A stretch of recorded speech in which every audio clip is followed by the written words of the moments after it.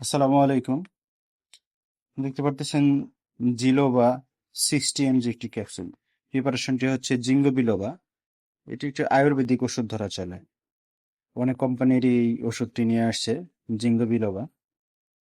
তো এটি কি কি কারণে খাওয়া হয়? জিঙ্গো বিলোবা একটু ভালো মানের ওষুধ, যেটা আপনার হচ্ছে যে যাদের কানের ভিতরে ভো ভো শব্দ করে, ঘুম ঘুম ভাব, কানে ঝিনঝিন শব্দ, মাথা ব্যথা, উদ্বেগ, তারা যে সমস্ত সমস্যার সম্মুখীন হন আপনারা, ওই ধরনের জন্য খুব ভালো কাজ করে। যে মস্তিষ্কের ঘাটতিজনিত আহ, মাথা ঘোরা, কানে ভো ভো শব্দ অনুভূতি করা, পেরিফেরাল ভাস্কুলার রোগ, ধমনী শুরু হয়ে যাওয়া, মাথা ব্যথা, এই ধরনের কাজে খুব ভালো একটা কাজ করে জিঙ্গো বিলোবা। তো আমরা ডাক্তারের পরামর্শ অনুযায়ী জিঙ্গো বিলোবা প্রিপারেশনের ওষুধটি খেয়ে থাকি অনেক সময়, কিন্তু আমরা অনেকে জানি না এটা কেন খাই।